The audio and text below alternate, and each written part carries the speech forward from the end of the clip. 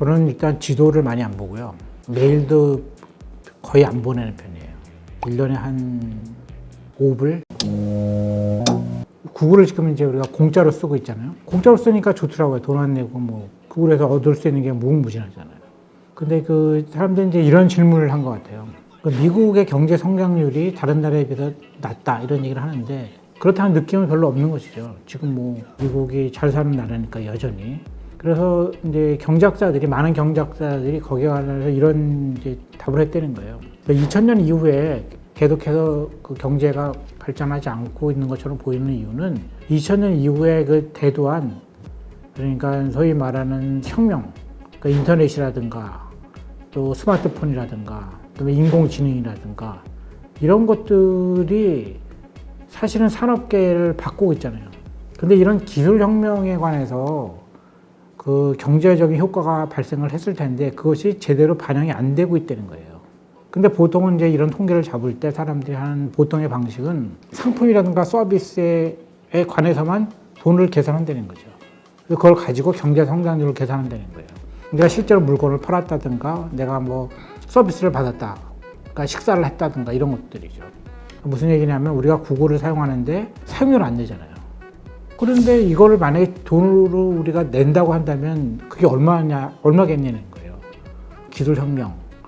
이에 관해서는 지금 우리가 돈을 직접적으로 내지 않는 경우는 그거를 계산에 잡고 있지 않다는 거예요. 아주 커다란 부분이 빠져 있다는 거죠. 근데 이거를 제가 보니까 그거 되게 그럴듯하더라고요.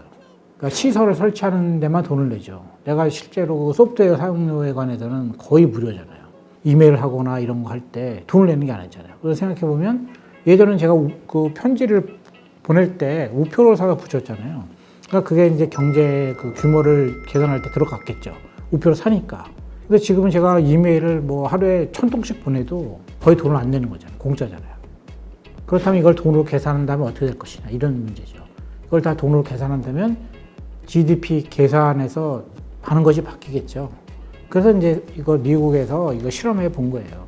만약에 그 구글이 유료화된다면 얼마를 내겠느냐 이렇게 물어보지 않고요. 왜냐하면 그렇게 물어보면요. 보통은 지금 공짜인데 구글을 유료화한다면 돈을 얼마 내겠느냐 그러면은 보통 사람들이 굉장히 소극적으로 답변하겠죠. 1년에 그러면 10불? 지금이 공짜인데 돈을 내라 그러면 저항이 생기죠. 당연히 그거. 그러니까 다른 식으로 물어본 거예요. 그러니까 당신이 1년 동안 구글을 쓰지 못하게 된다고 한다면 그러면 돈을 얼마쯤 받아야 된다고 생각하냐는 거예요. 그 저도 한번 이 질문에서 생각을 해봤거든요. 구글을 못 쓴다면 얼마를 내가 받아야 될까? 근데 감이 잘 안 오더라고요, 사실은. 그런데 여기에 이제 답변한 게 있어요. 구글은 여러 가지로 나뉘어져 있는데 일단 이제 구글 지도가 있잖아요. 구글 지도 굉장히 편하잖아요. 특히 외국 여행할 때 구글 지도 가지고 찾아가잖아요. 여기가 맛집이라고 한다. 그러면 이제 구글을 켜고 찾아가면 나오잖아요. 100m 앞에서 우회전 뭐 이런 거 나오잖아요. 그러니까 구글 지도에 관해서 1년 동안 내가 얼마를 받으면 포기하겠는가 거기에 관해서 3,600불이라는 것이 나왔어요. 그 다음에 이메일은 얼마 정도를 받겠느냐 거기 나왔더니 이메일은 8,400불이 나와요. 그 정도 될 것 같죠. 메일 막 보내고 하니까 받고 그 다음에 이제 구글에서 또 많이 하는 것 중 하나가 검색이잖아요. 검색은 얼마를 받으면 포기할 수 있느냐 1년 동안 그랬더니 17,500불이에요. 그럼 다 합치면 얼마인가요 이게? 200만 원, 900만 원, 2,900만 원에 400만 원 정도니까 3,000만 원이 넘는 거죠.